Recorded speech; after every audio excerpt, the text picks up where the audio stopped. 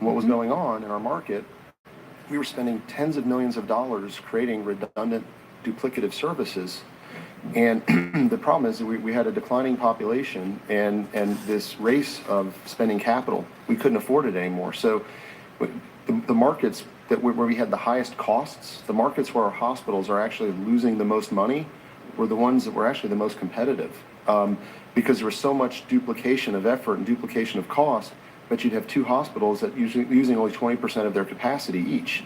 And so the fixed costs were just unsustainable. That's why we ended up merging under what's called the state action immunity doctrine of antitrust law. So the FTC staff were not happy with our merger and did not like it, but both a Republican governor of Tennessee and a Democrat governor of Virginia signed laws that were passed unanimously by both legislatures to permit our merger to occur, for the purpose of reducing about $300 million in cost and then reinvesting those dollars in repurposing these rural hospitals. That's why we're going to have things like maternal care, emergency care, and other certain mental health and addiction services that were not previously able to be provided. We're actually going to fund those.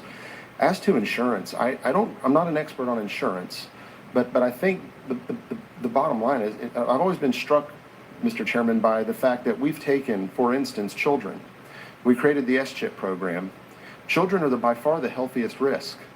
We've carved the healthiest risk out of the insurance market and put them in a government program where those healthy lives can no longer be part of the risk pool. So when you pull healthy lives out of a risk pool, all you're left with are older people who are unhealthier.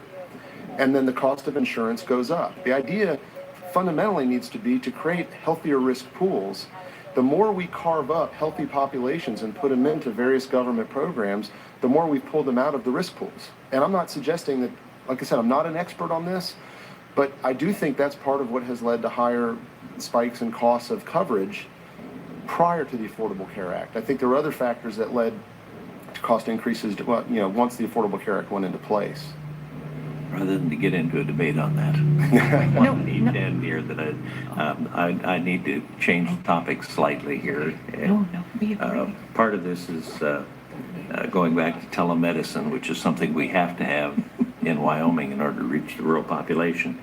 And one of the problems that we're having is that some of the providers could be across state lines on a telephone to serve our people, but the licensing for doctors is state by state. So before they can call that guy on the telephone, he has to become researched and licensed in our state.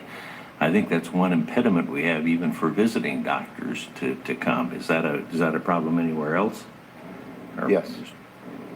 Okay. Yes, sir. Yes. Okay.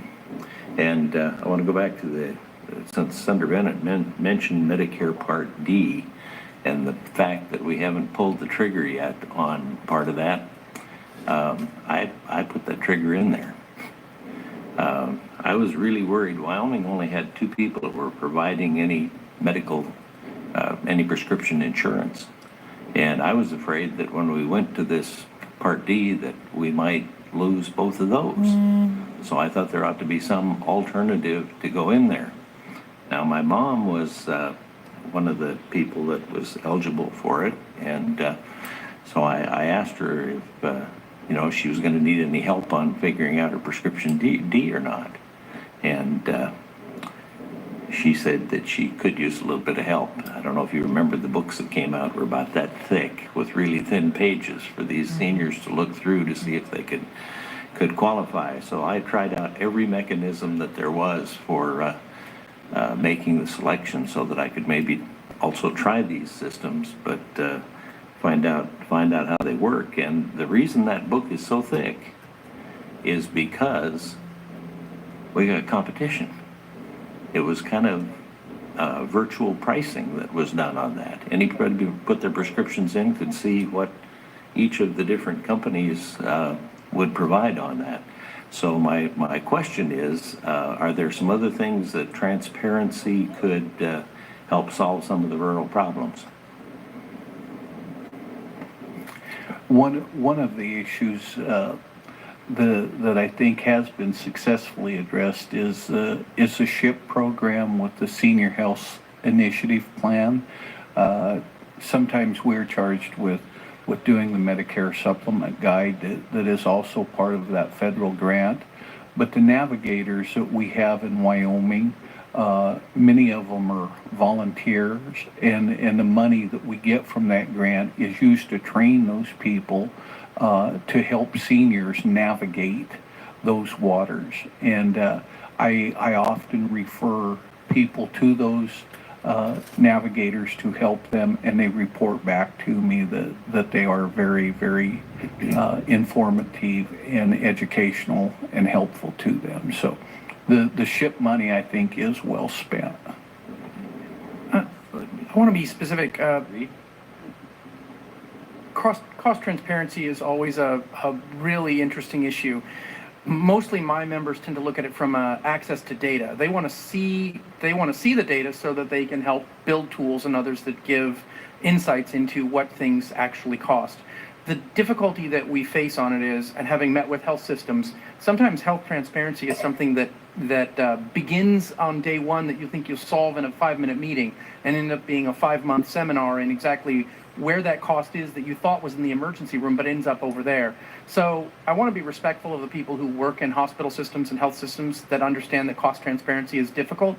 But I will say, with effective cost transparency gives us the ability to give people more insight into where their money's going, and hopefully, back to your point about competition, provide some competition that comes from digital space. We have several members who already build products that allow you to choose your doctor, look at what services they provide, look at their average cost, make a decision. Now, this is terrible if you're in an emergency room, but if you've got a plethora of doctors, not in Wyoming, those kinds of that kind of transparency can actually lead you to the ability to say, I want to see Dr. Bob. He fits my cost structure. I like the things that he's done. Let's give him a call. So more transparency can lead to good use of data and more competition, but I want to be respectful of the people who run health systems that understanding it's not that easy. Senator, I was proud that I was Secretary of Health in Florida when we were the first state in the country to publish hospital pricing and prescription drug pricing on the internet. This was back in 2005.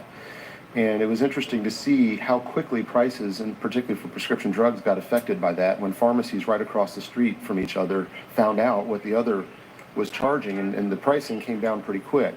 That was the easy stuff.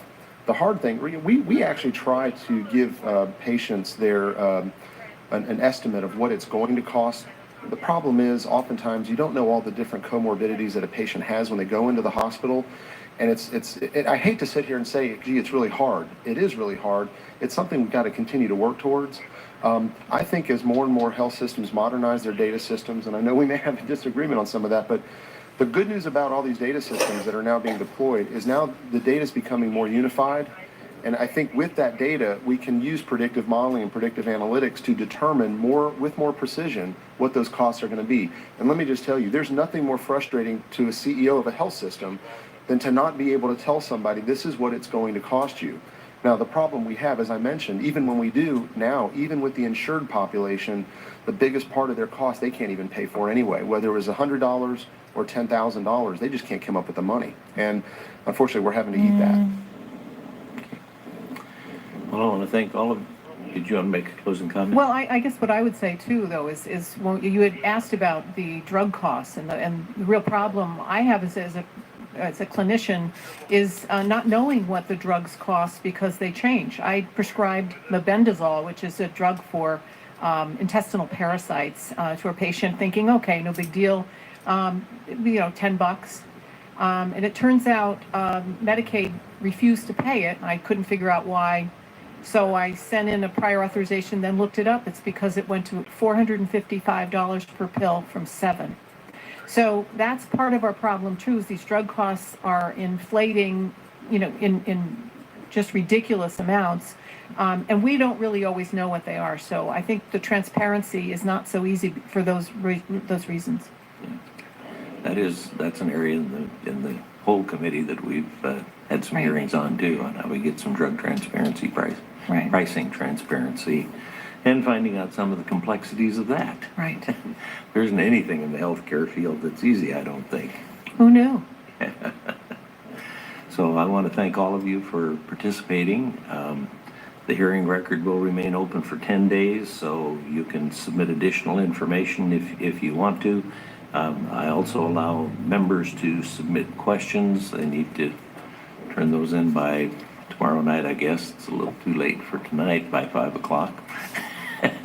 And if you would provide answers to those, we'd really appreciate it. And your testimony and your answers will be a part of the record. So thank you for being here today, and the committee stands adjourned.